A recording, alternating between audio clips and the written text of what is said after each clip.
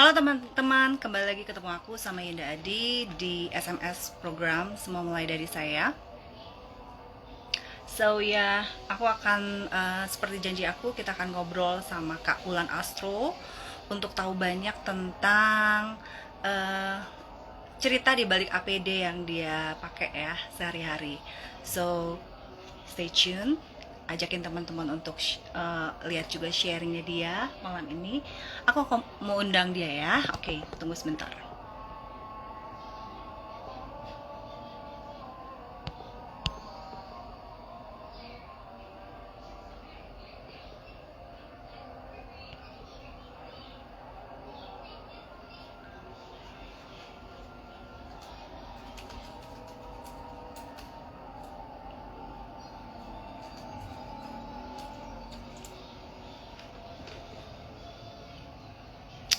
Oke, dia belum muncul. Kita akan tunggu teman-teman.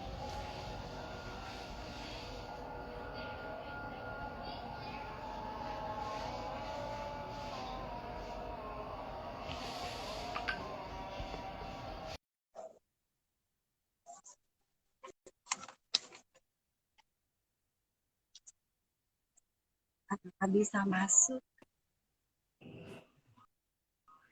Masih ngasuk, masih ngasuk dong coba.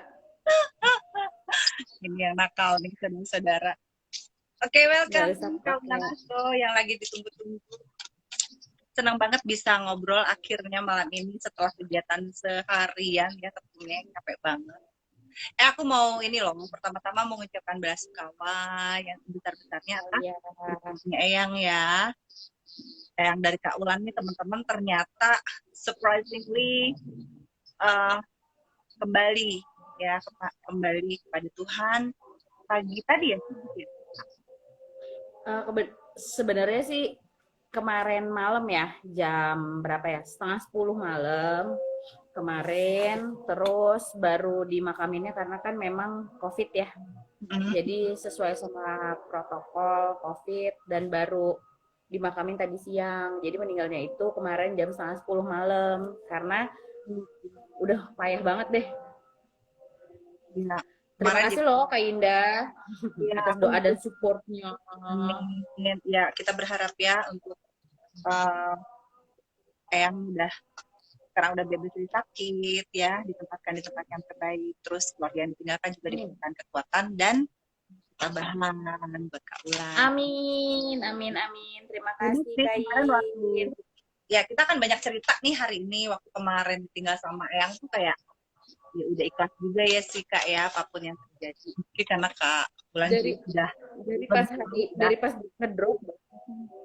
dari pas ngedrop itu sebenarnya udah aku pribadi tuh udah yang ya udahlah ini tuh udah kayak nggak lama gitu loh karena kan Ini gejalanya udah kayak gitu kan kondisinya memang ya, kondisi Eyang juga udah ya. ngerti banget ya Kak Ulan. Dan udah sepuh juga kan udah 83 tahun plus komorbidnya itu jantung pula lagi Um, baik, baik, baik. Oke, gitu. oke.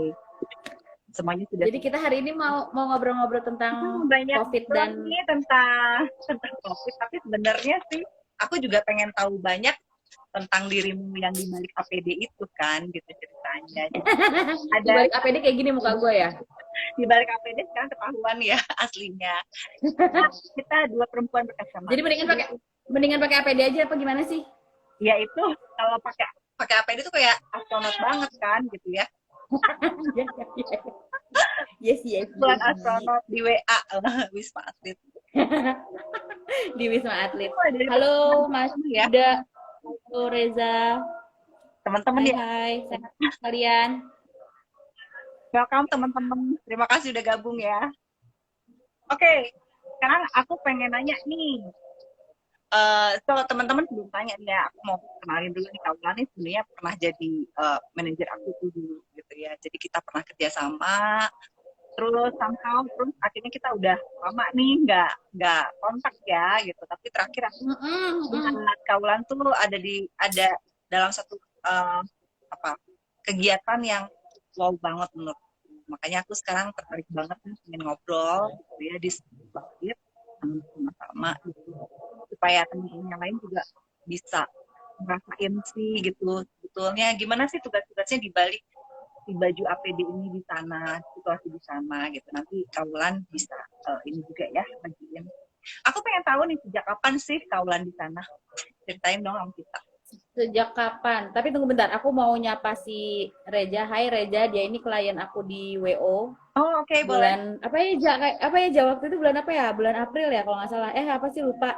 Makasih ya Reza buat ucapannya, doanya sama ini supportnya juga kan. Amin amin amin insya Allah. Insya Allah udah diikhlasin Eyang. Nggak mau sedih-sedih lagi. Terus kalau misalnya mau cerita tentang cerita di balik APD. Jadi kalau cerita di balik APD itu sebenarnya aku udah gabung secara official tuh belum yang gimana banget, tapi udah mulai gabung di Wisma Atlet itu di bulan April 2020. Cukup Itu lama masih ya. It last year, cukup lama ya. Udah ya. Dan semua itu kayak baru di apa publiknya tuh kayaknya baru-baru ini loh, bener nggak sih kayaknya waktu April karena kan di statusmu belum, dan saat itu kan masih awal pandemi ya, jadi orang tuh masih yang takut aja gitu sama yang namanya COVID tuh blood gitu, jadi udah nggak tahu deh isi otaknya apa sesuatu yang mesti disembunyiin gitu dan kayaknya aib banget. Betul. Bener, udah deh pokoknya, makanya baru memberanikan diri untuk mengupload setelah aku tuh ngobrol bareng beberapa teman aku, nih boleh nggak nih gue upload nih gitu. Tujuannya apa mau upload ya? Kalau gue bilang gue pengen mengenalkan nih COVID itu nggak mudik-mudik ya kan, masih aja betah nih di Indonesia. Nah gue pengen bilang kalau COVID itu kita tuh nggak boleh takut sama COVID, tapi kita harus lawan COVID ya kan, kita harus lawan dia. Sebenarnya COVID itu cuman flu buat orang yang nggak punya penyakit bawaan atau komorbid. Nah, itu cukup sampai situ aja ya. Tapi kalau untuk cerita di balik APD-nya aku nih, aku memang gabung di Wisma Atlet itu udah dari bulan April 2020. Belum seintens sekarang. Kenapa? Karena saat itu tenaga kesehatan masih seger-segernya tuh. Masih banyak banget kan tenaga kesehatan yang gitu kan. Nah, sampai pada akhirnya di akhir tahun 2020 dimintalah secara resmi kalau ya udah Mbak gabung aja, sampai akhirnya aku tuh dikursusin sama salah satu dokter di situ buat Mbak, ayo Mbak coba deh tahu tentang dunia kesehatan, tahu tentang pertolongan pertama untuk di UGD kan. Jadi kayak kita harus bisa tensi pasien, ukur saturasi atau oximeter, terus kita harus ukur pelatihan ya, pertolongan pertamanya aja ya, diperlengkapi gitu ya. Jadi tuh yang kayak gitu-gitu. Terus akhirnya nih aku kan baru berapa bulan ini ya baru berani mengupload itu. Ya karena itu dia, aku pengen bikin stigma COVID itu bukan untuk kita takutin tapi kita lawan, dan Wisma Atlet itu tidak semenyeramkan di berita. Iya nggak? Wisma Atlet itu apa sih? Orang tuh pasti udah yang, itu tuh buat tempatnya rumah sakit darurat COVID. Orang tuh udah pokoknya masuk situ lu nggak bakalan keluar lagi, lu pasti ujungnya meninggal. Kan ada tuh, gue pernah denger yang kayak gitu, padahal aduh tolong deh please gue tuh bingung ya, kita tuh sekarang berperan bukan sama penyakit tapi sama pola pikir kita ya, betul. Iya nggak? Lo terlalu banyak nonton berita tentang COVID, akhirnya lo ketakutan sendiri. Pada saat lo ngerasa pusing dikit, lo ngerasa aduh gue di antigen nanti reaktif nih, gue di PCR nanti positif nih, aduh gue COVID. Wah ya udah jadi adalah COVID. Padahal nggak kayak gitu, ya nggak? Nah sekarang kayak Kak Yinda ini adalah alhamdulillah orang yang akhir berhasil melawan COVID itu, ya nggak? Betul. Udah berapa lama? Berapa lama Kak? Saya sempat 3 minggu ya. 3 minggu. Gejalanya apa? Kenapa? Gejalanya apa? Gejalanya sih pertama sih kayak masuk angin aja sih. Kayak masuk angin terus kayak menggigil ya, udah menggigil. Gitu. Terus akhirnya bisa keluar kan dan bisa sembuh. Bisa sembuh. Alhamdulillah. Seger kan sekarang? Baik-baik saja. COVID itu sebenarnya cuma flu yang kayak aku bilang, jadi nggak usah ditakutin. Tapi kalau untuk orang yang punya penyakit bawaan kayak asma, jantung, paru, ginjal, diabetes, atau segala macam, itu tuh sebenarnya mungkin gini ya, aku tuh pernah nanganin salah satu pasien, dia itu datang ke Wisma Atlet saturasinya normal menurut aku, masih 94 saat itu. Aku tanya, dia katanya nggak ada komorbid, dia nggak punya penyakit bawaan, terus dia nggak ada alergi obat apa segala macam. Tapi setelah hari ketiga baru ketahuan dong ternyata dia itu punya penyakit jantung. Jadi dia selama ini nggak pernah aware sama kesehatannya. Dan dia nggak tahu juga. Dia sama sekali. Ya. Benar. Dia jadi kayak ngerasa, aduh aku sering sesak napas. Di pikirannya dia tuh cuman kayak masuk angin, mungkin kecapean atau apalah segala macam. Padahal ternyata itu adalah dia sakit jantung. Dan mohon maaf karena memang kita nggak tahu riwayat sebelumnya, ya akhirnya pasien itu berpulang. Itu di depan Pak gue. Nah itu makanya kenapa kita harus aware selagi muda nih sama yang ya. Jadi nggak pernah tahu sebetulnya itu kuncinya ya, supaya kita lebih mengenal diri sendiri dan mengenal tubuh sendiri gitu ya, sehingga bila ada sesuatu yang terjadi itu kita lebih aware dan kita tahu sih sebetulnya bagaimana penanganan di awal. Oh ya. Benar. Oke, kita simpan dulu cerita tentang si COVID ini ya Kak, karena sekarang kita mau tanya tentang diri dulu nih. Dengan si seragam APD itu aku sih masih tertarik di situ untuk saat ini. Coba ceritain dong di dalam seminggu nih tugasnya tuh berapa lama ya, berapa hari dan berapa jam? Kalau di sana satu shift itu 8 jam. 8 jam itu lo tidak boleh makan, tidak boleh minum, tidak boleh. Pokoknya lo harus tetap pakai pakaian astronot itu. Kak Indah mungkin sudah mengenal gue yang selama ini gue selalu berpakaian dari ujung kaki sampai ujung kepala itu hitam-hitam ya kan. Terus tiba-tiba lo jeng-jeng lihat gue di story. Ya, dia langsung pengen minta APD hitam gitu ya. Saya bilang kenapa nggak gue udah gitu. Ada. Nggak ada, kesel ya. Sebenarnya ada si APD hitam tapi itu bukan seragam. Iya. Sayang banget ya. Jadi 8 Jadi jam itu nggak boleh makan. 8 jam per hari. Satu shift. Nah itu berapa hari nih dalam seminggu? Kalau sekarang ini bingung ya kalau dibilang berapa hari dalam seminggu, karena tenaga kesehatan di Wisma Atlet itu sekarang udah banyak banget yang tumbang, ada yang tipes, ada yang badannya itu sakit-sakit mungkin karena APD itu kan tetap aja kita kan ditutup full semuanya, berkeringat. Dan nggak boleh makan minum. Waduh, saya kalau kerja nggak boleh makan minum kayaknya bete ya. Minimal ngemil-ngemil gitu ya. Bener nggak sih namanya cewek gitu? Gimana mau ngemil, Bu? Kan kita di sana pakai 2 masker. Wow. Jadi dan itu tuh nggak boleh lepas ya. Benar-benar yang nggak boleh. Karena ya itu dia. Kenapa kita pakai yang sebenarnya bukannya takut sama COVID, bukan, tapi kita menjaga. Itu kan di sana banyak banget orang yang bergejala dan nggak bergejala ya. Tapi yang kita waspadain orang yang bergejala itu. Kenapa harus pakai 2 masker? Karena biar ada pelapis di luarnya. Karena walaupun engap yang dibuka yang di luar dulu, yang di dalam enggak. Karena kaulan tuh kan yang menolong ya. Yang menolong harus lebih kuat dong daripada yang ditolong gitu ya. Kalau yang menolong harus lebih waras. Betul. Nah, pertanyaannya ya, tuh gimana sih, kebayang nggak sih dengan si seragam APD itu ya?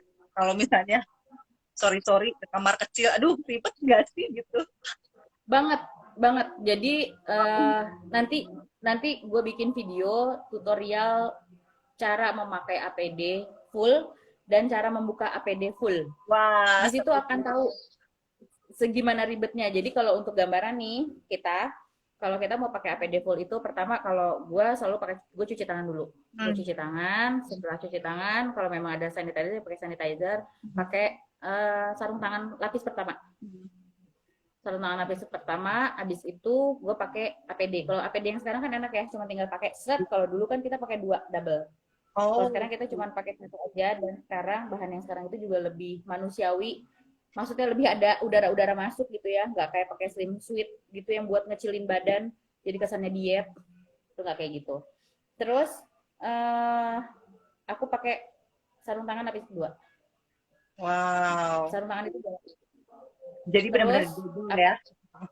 Betul. Jadi APD-nya udah dikancingin sampai sini kan, pakai masker lapis pertama. Setelah itu pakai masker lapis kedua, habis itu baru ditutup pakai penutup kepala dari APD. Baru habis itu kita pakai kacamata Google Frog dan baru pakai kaos kaki plus boots yang kuning itu. Kalau dulu gue tuh paling males yang namanya pakai sepatu boots. Jadi gue pakai cover shoes, padahal di dalamnya gue pakai sandal jepit. Gerah cuy. Gerah, tapi kan COVID nggak main-main ya. Itu ya benar-benar. Ya, jadi lu bayangin, pada saat lu mau pipis, lu punya 2 lapis sarung tangan. Yang harus dibuka, ya. Gitu kan. Ya, terus lu harus buka dulu kacamata, lu buka tutup kepala dulu, terus lighting lu turunin ke bawah, lu lepas dulu tuh tangan, baru lu pelorotin tuh. Nah, ribet nggak? Bisa terbayang. Ya, nanti gue bikin tutorialnya. Makanya gue itu kalau mau tugas jarang banget yang namanya makan, karena takut mules, takut tiba-tiba kentut. Kalau kentut kan gue sendiri yang nyium baunya, betul nggak? Orang lain malah nggak.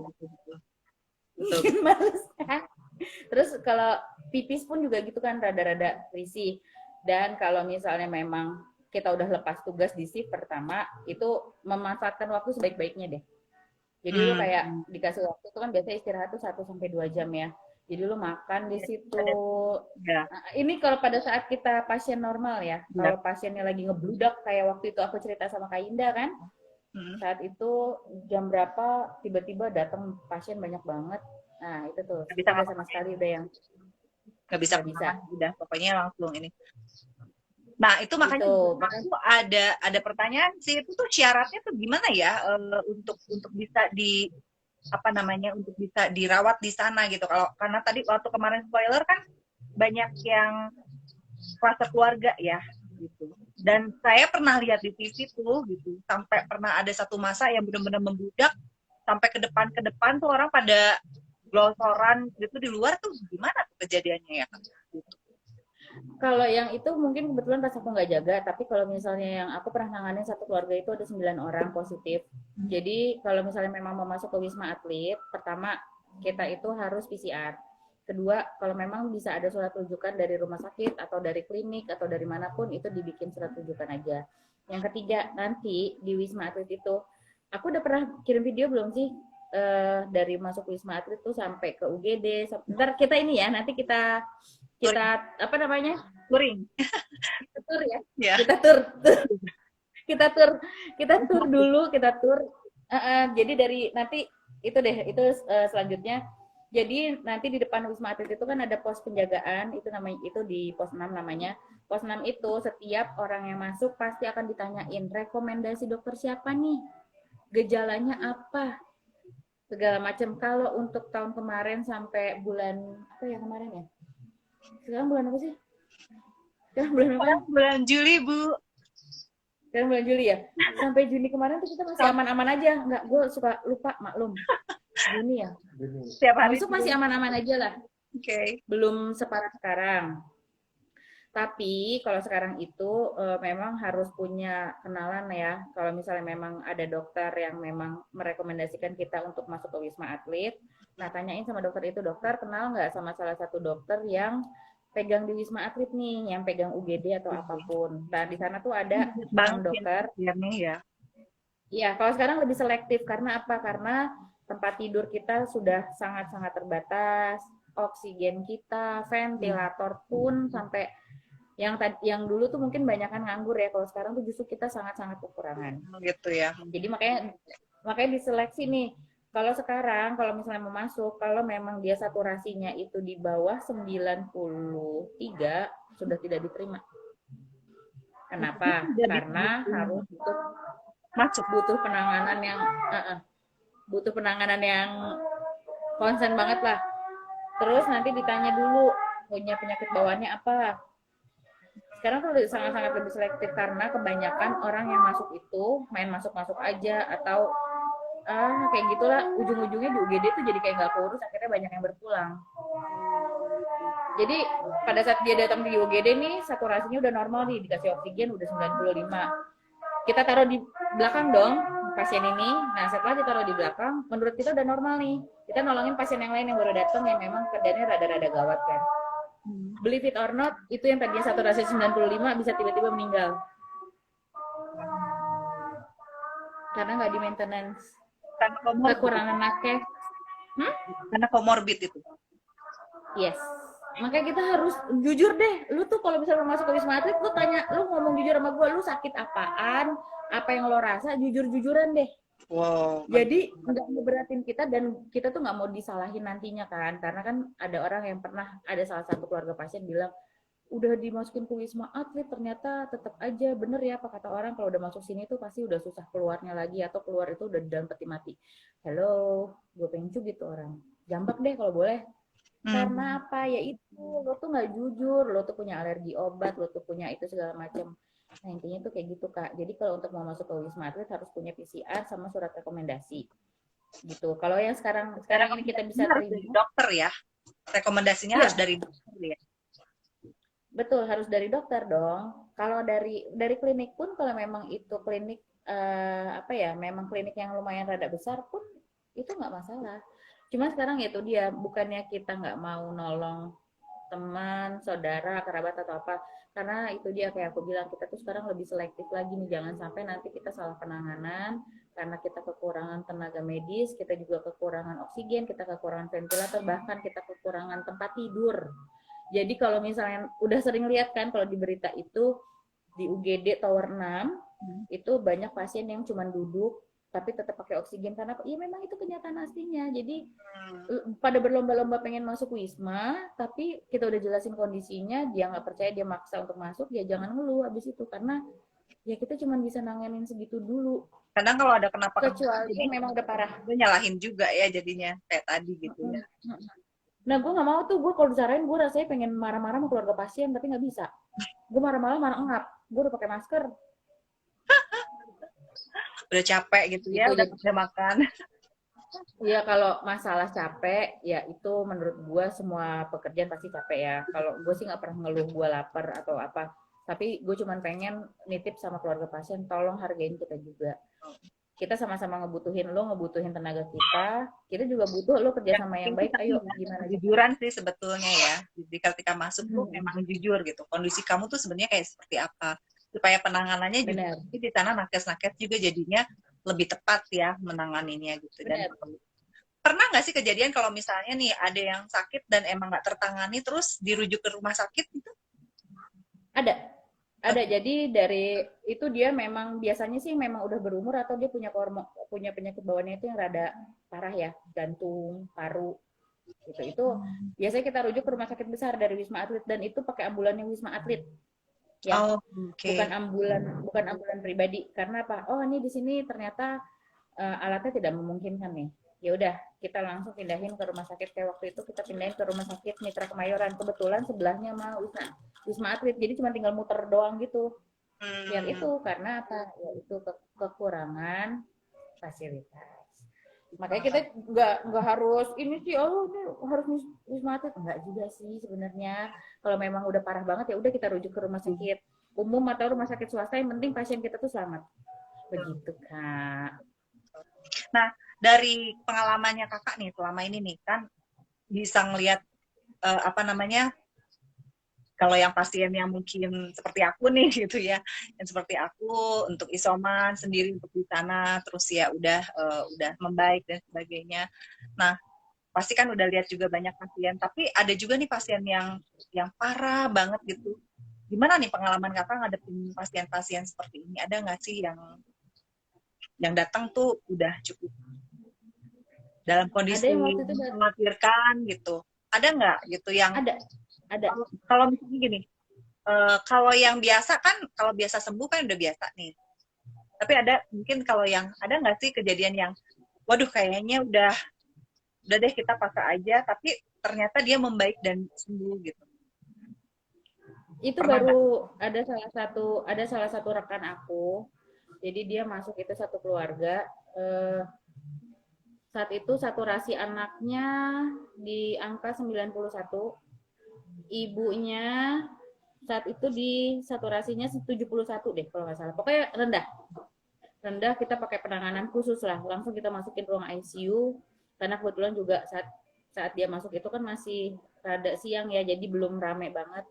Kita langsung tanganin, tapi memang 2 hari itu dia di ICU.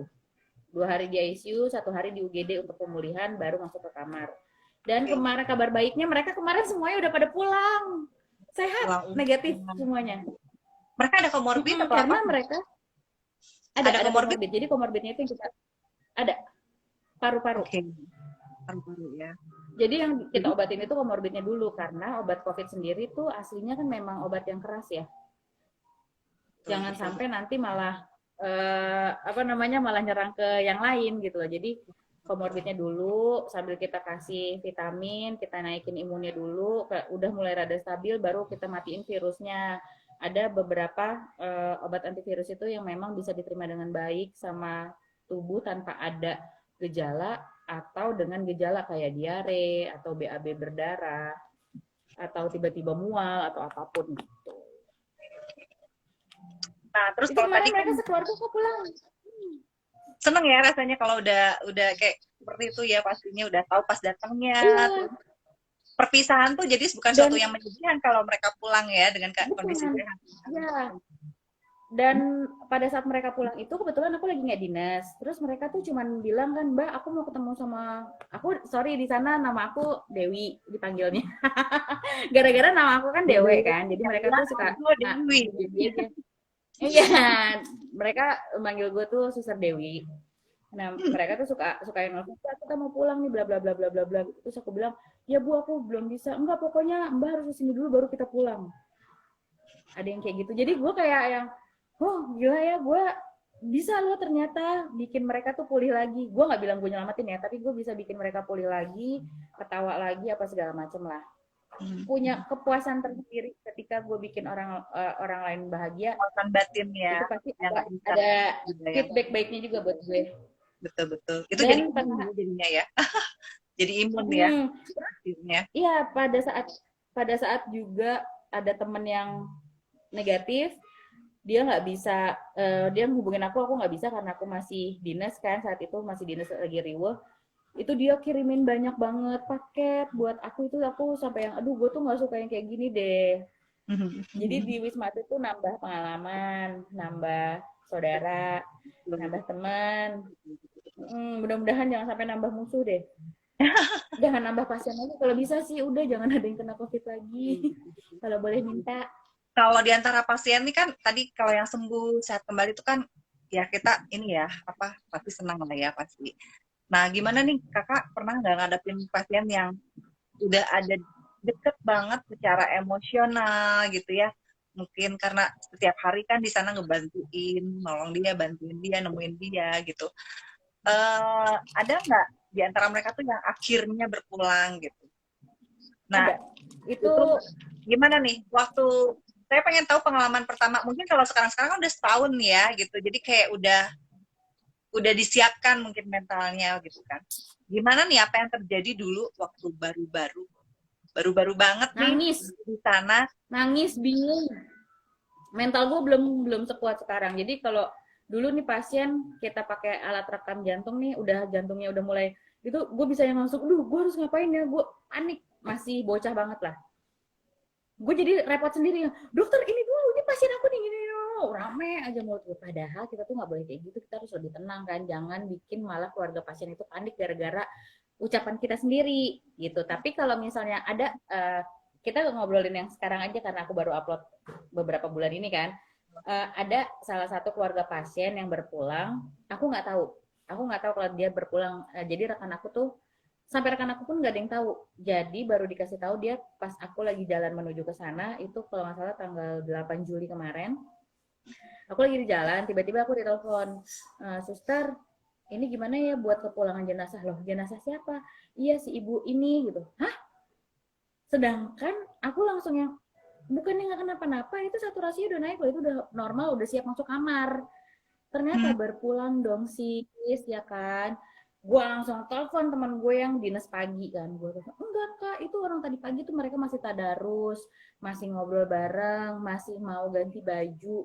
Tiba-tiba siangnya meninggal, ya kan? Itu sekeluarga langsung nge-WhatsAppin gue, suster saya minta tolong ini. Yang anak pertama, anak kedua, mantunya, semuanya pada nge-WhatsAppin gue, nelfonin gue. Sampai gue bilang, ini saya udah di depan Wisma, saya siap-siap dulu, saya ganti kostum dulu, saya langsung ke UGD belakang. UGD belakang itu kan dekat sama kamar jenazah ya. Udah sampai sana tuh aku tuh yang dipelukin gitu Kak, aku jadi kayak ngerasa bersalah banget kan. Dia sampai yang, Mbak ini ibu aku tadi masih kayak gini gini gini gini. Aku ada videonya.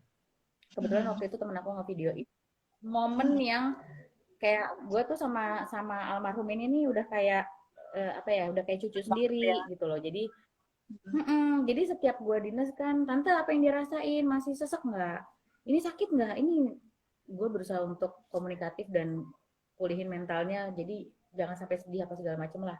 Ya udah sampai akhirnya gue yang dampingin prosesnya, dari dia diikat ininya, tangannya, kakinya, dari bareng sama teman-teman kan, jalan ke ruang jenazah, terus ya sampai akhirnya dibawa sampai akhirnya untuk pemakaman pun aku bantu gitu. Jadi aku bilang boleh sih mau dimakamin di mana aja asal dari tempat pemakaman itu sudah ada surat keterangan boleh dimakamkan untuk pasien yang COVID inilah.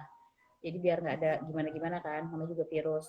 Kalau enggak kan kita pasti larinya tuh ke daerah Jakarta Utara. Karena kan di situ kan memang tempat penguburan massal COVID ya. Gitu. Ya. Dan akhirnya dibawalah ke salah satu pemakaman di daerah Jakarta Selatan. Dari Jakarta Pusat. Dan sampai sekarang akhirnya tante sus ini ponakan aku ini ya udah minta surat keterangan dari dokter, nanti kalau misalnya udah ini ketemu sama aku di tower ini udah nanti gampang lah biar itu urusan aku gitu, jadinya jadi langganan yang masuk. Di ngeripit yang masuk kan, Kita sih berharapnya makin berkurang ya. berharapnya makin berkurang, tapi itu dia sih, gue nggak bisa bilang kayak gitu sih, salah juga kalau gue bilang gitu ya. Jadi kalau ada pasien yang berpulang pasti ada pasien yang masuk. Pasti ada mas. Ya pasti gitulah. Saat ini memang sedang tinggi sih ya apa namanya penyebarannya. Nah untuk saturasi nih, tadi saya tertarik dengan kata-katanya kakak. Jadi ada saturasi tertentu yang memang di pasien ini akhirnya bisa pindah kamar. Saturasi berapa sih itu sebetulnya? Yang akhirnya dia bisa nggak di IGD gitu, terus bisa pindah kamar. 94 sampai 97 itu udah bisa masuk kamar. Udah bisa masuk kamar, sorry. Berarti kan normalnya kalau 95 ya. Normalnya, berarti kalau misalnya, maksudnya normalnya untuk kalau di rumah nih, kalau di rumah kita pakai oximeter gitu, terus 93 tuh sebetulnya udah warning ya?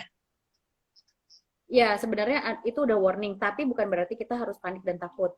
Coba buka jendela, coba miring ke kanan, miring ke kiri, tengkurap, itu masing-masing 30 menit.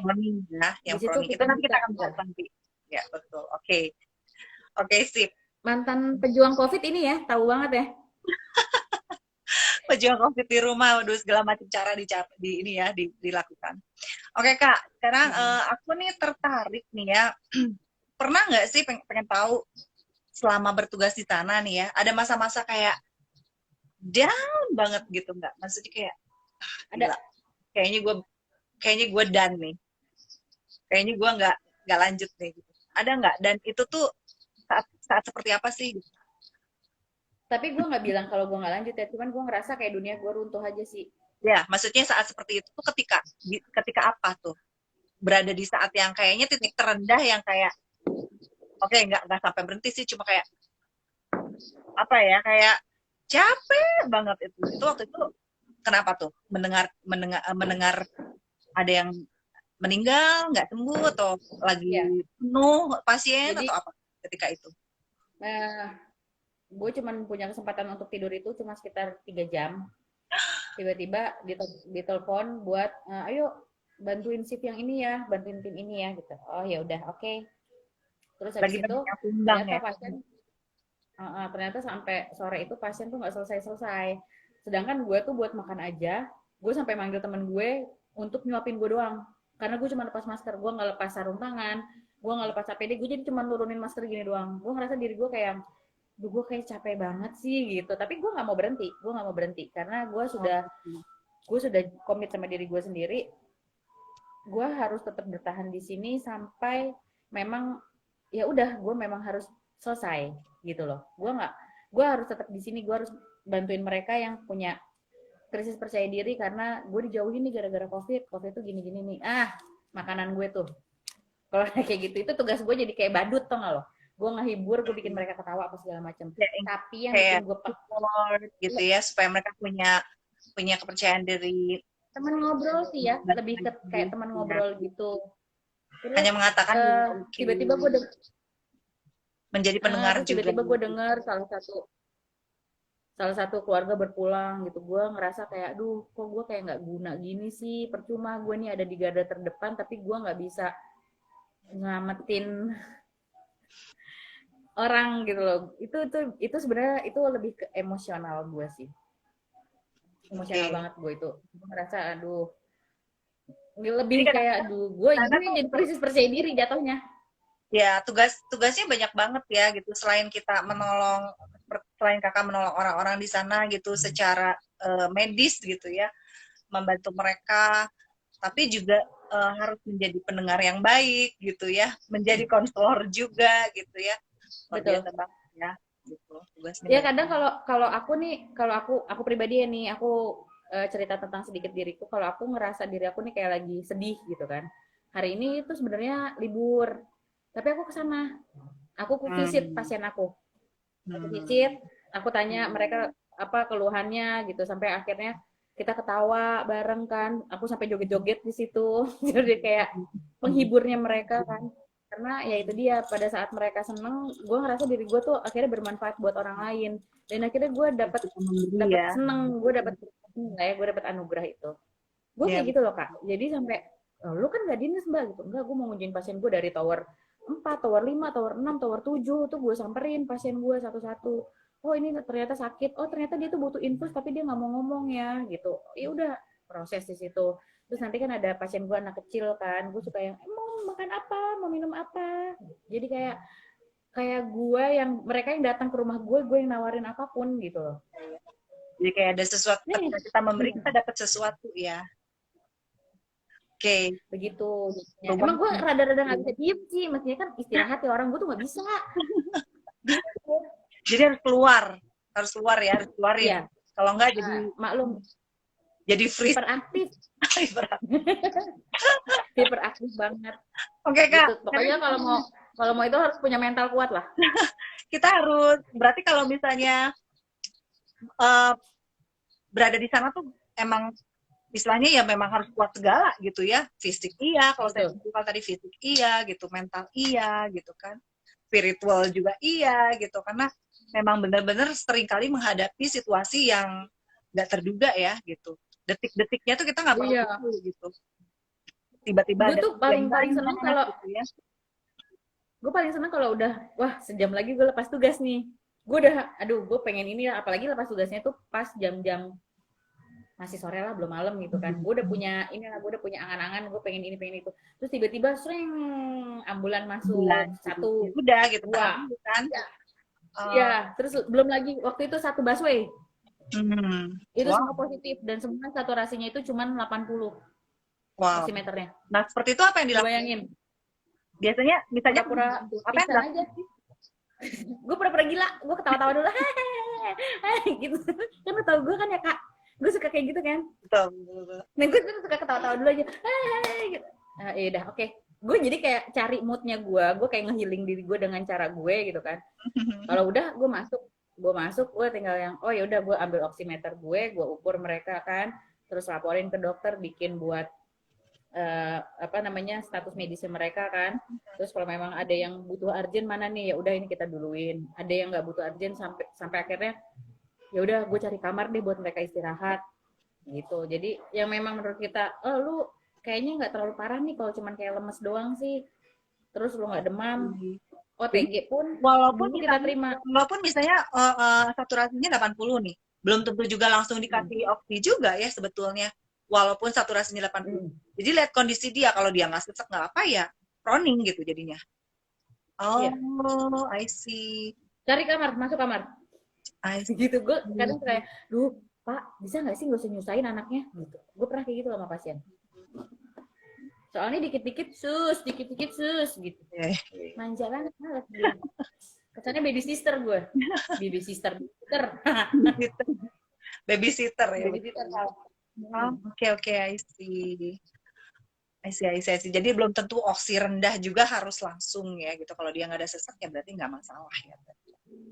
Iya, kalau kalau dulu kan OTG aja tuh kita bisa masukin ya udahlah lo masuk masuk. Sekarang OTG gejalanya gejalanya cuman lemes, diare, demam, itu udah deh Pak pulang aja deh Pak. Bapak bisa isoman. Kecuali rumahnya dia tidak memungkinkan untuk isoman. Ya, betul. Daerahnya. Oke. Karena pernah kita nolak 3 orang, kita nolak 3 orang, ternyata dia itu dikucilin di kampungnya nih, gara-gara kena COVID. Katanya, lo kena COVID ya lo berarti aibnya kampung ini. Ya. Malah mentalnya di-dropin sama Sih. mereka. Itu kejadian sih kadang-kadang mungkin orang yang ngekos gitu loh, kan? Dan kosan si ibu kosnya, bapak kosnya, ada satu kena tuh kayak, aduh, pergi gitu kan ya, seperti itu. Dan ya kondisinya kita mengakui di masyarakat tuh masih seperti itu sih sekarang. Mereka yang isoman juga kadang-kadang kesulitan juga ya untuk tempat buat isoman. Iya, mereka beberapa pasien gue isoman kok, terus gue selalu follow up. Gue tanya, udah jemur belum? Hari ini makan apa? Vitaminnya udah diminum belum? Apa vitaminnya yang habis nih? Batuk nggak? Gitu. Pasti gue suka selalu tanya kayak gitu ke mereka, karena jangan biarin mereka malah ngerasa, duh, gue kok udah tahu gue kena COVID, gue malah kayak dijauhin sama teman gue ya gitu. Nah, gue nggak mau yang kayak gitu. Gue pengen mereka tuh ya udah sih, lo tau nggak COVID apa? Lu cuman batuk flu doang kan? Udah, minum obatnya, jangan lupa jemur, minum vitamin, selesai, lu sembuh dari COVID. Oke. Nah, terus untuk kita sekarang beralih ke Wisma Atlet kalau Wisma Sleepy ya, maafkan. Wisma Sleepy di mana sih? Kok gue jadi curiga gini? Gimana sih? Tempat kerja gue dulu, karena Jakarta gue. Ya udah sih lah. Lu betah banget di Bandung. pengen ke sono, lagi ditutup jalan piye. Iya, gue pengen ke sana malahan ya, pengen ke Bandung, ke gunung-gunung. Kita mau ngomongin fasilitas nih. Fasilitas di Wisma Atlet sendiri ada apa aja sih? Fasilitas semi apartemen. Gampang kan gue ngomongnya. Jadi nanti gue ada foto, gue ada videonya. Nanti kita bikin sedikit cuplikan. Jadi gambarannya gini. Kamar di Wisma Atlet itu satu ruangan. Itu ada ruang tamu dengan sofa L. Ada apa sih, meja kecil, apa sih namanya ya, meja kecil gitulah. Di situ ada wifi. Terus ada 2 kamar, satu kamar itu 1 tempat tidur, satu kamar lagi 2 tempat tidur. Masing-masing kamar itu ada AC-nya sendiri. Ada tempat cuci, ada dapur, ada tempat jemur, ada toiletnya memang cuma 1 ya. Ada apa lagi ya? Cuman minus tidak ada TV. Oke. Berarti wifi ada ya? Karena kenapa? Tadi aku mau nanyain. Kenapa nggak ada TV? Karena biar dibikin aktivitas di luar. Karena kalau ada TV kan kerjaan nonton TV aja gitu kan. Kalau wifi di sana kan ya nanti kalau wifi, kita memang suka gitu per masing-masing lantai. Rahasianya ketika gue jaga di lantai itu malam, wifi-nya tuh suka gue matiin dulu. Atau nggak pagi gue matiin dulu wifi-nya. Biar lu pada olahraga. Terus pagi itu kita ada, biar dia nggak betah mulu di kamar. Keluar. Pagi itu kita pagi itu ada senam pagi, ada joget sore bareng, makan di sana sehari 3 kali, dapat 1 kali snack itu pagi, dapat obat-obatan, vitamin, konsultasi, cek toraks, cek darah, dan PCR.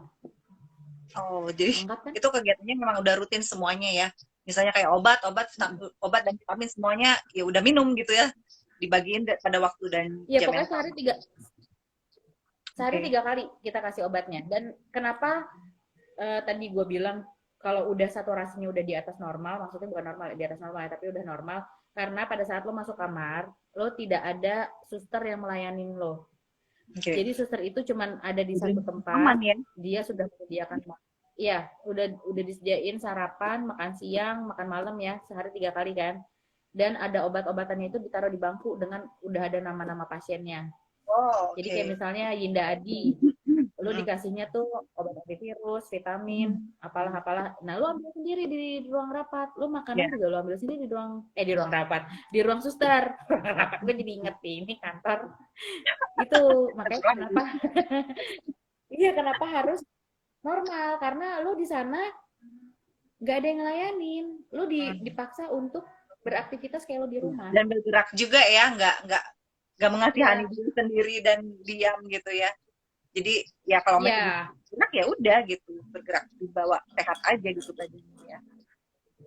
iya. Dan untuk pasien tertentu bukan, maksud gue adalah kan suka ada orang yang kurang-kurang bisa diterima nih obatnya itu di badan nih, suka tiba-tiba sesak napas, kita ada per lantai juga ada oksigennya.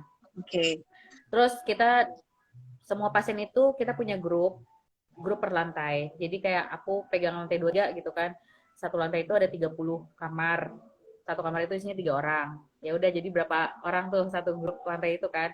Jadi nanti perkenalan, terus nanti kita infoin kalau ini obat pagi udah tersedia ya, snack, sarapan udah tersedia semuanya, silahkan diambil di ruang perawat.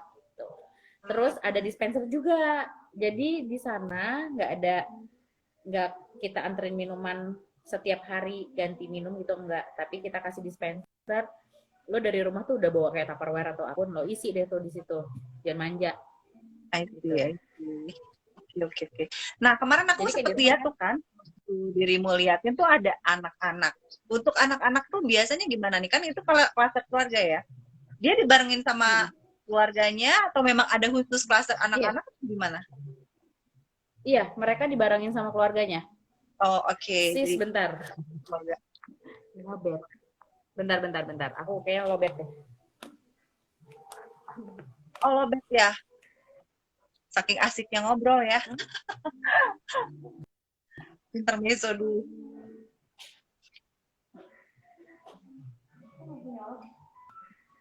Nggak bisa nyolok. Bentar. Oke, Colokin dulu ya. bener boleh. Ini nih, Dengan senang ada hati. teknis.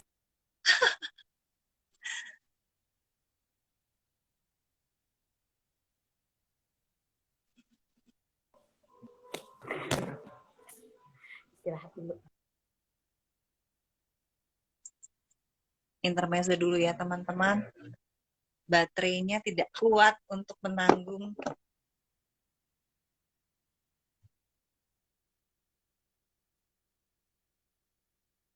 So, teman-teman lain yang belum gabung, ayo gabung. Karena kita mau terusin cerita serunya nih sama Kak Ulan Astro dengan segala pengalaman dia di Wisma Atlet ya.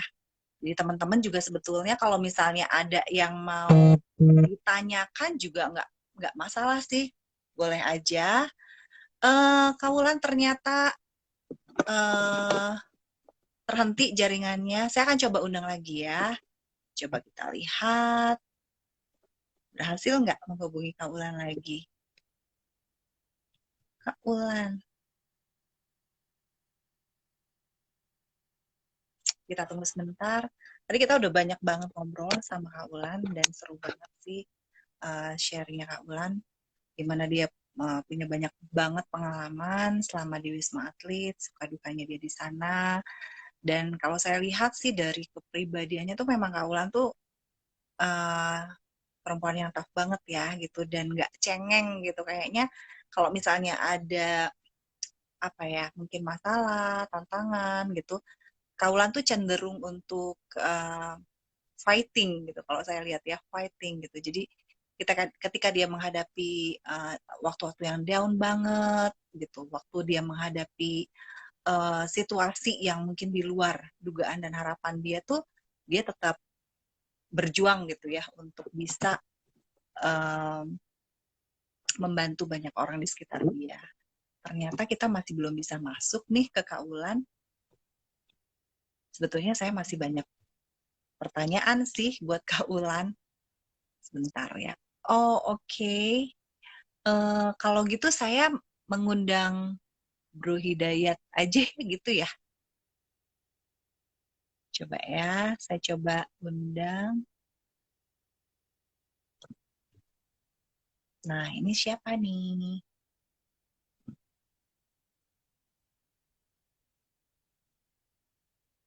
Oh, masih belum.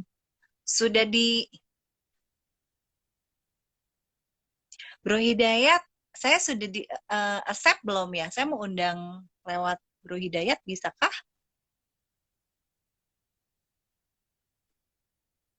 Ternyata belum bisa, teman-teman. Terhenti sejenak ya. Coba kita. Oh, udah nih. Terus, bentar.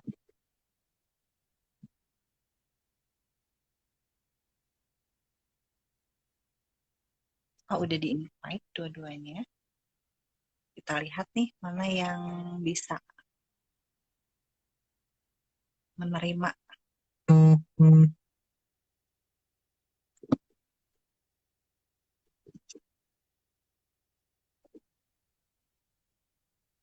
Belum ada tanda-tanda ya.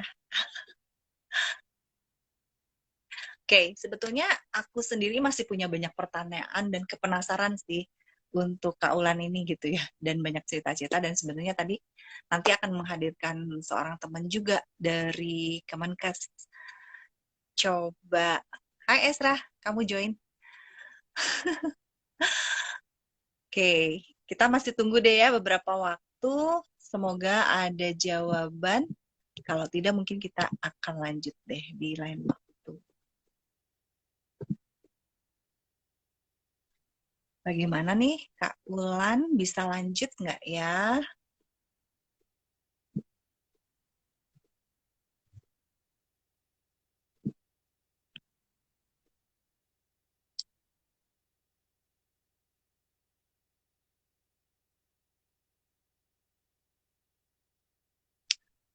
Oke, karena Kak Ulan belum bisa lanjut, mungkin kita akan tunda lagi dulu ya untuk saat ini.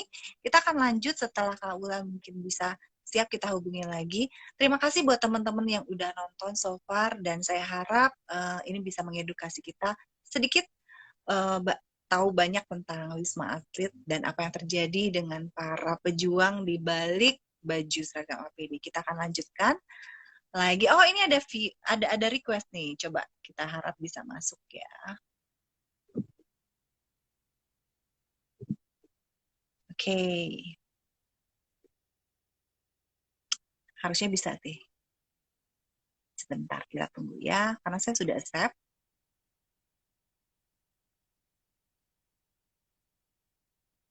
Mana bro?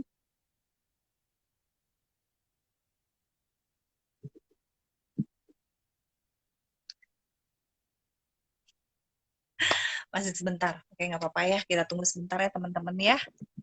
Kita akan lanjutkan ngobrol-ngobrol kita. Yang mau ngopi, yang mau ngeteh, yang mau bawa snacknya boleh, popcorn juga boleh. Kita akan, oke.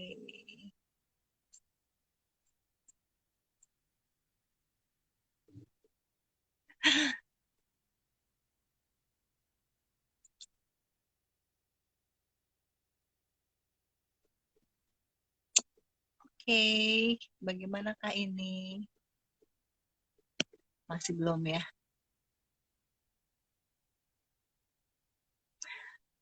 Oke, mungkin kayaknya kita lanjutkan nanti lagi ya untuk sesi keduanya. Jadi kita bagi di sesi kedua. Terima kasih buat teman-teman yang udah nonton. Lanjutkan lagi nanti, sebentar lagi saya akan menghubungi mereka. Oke, thank you.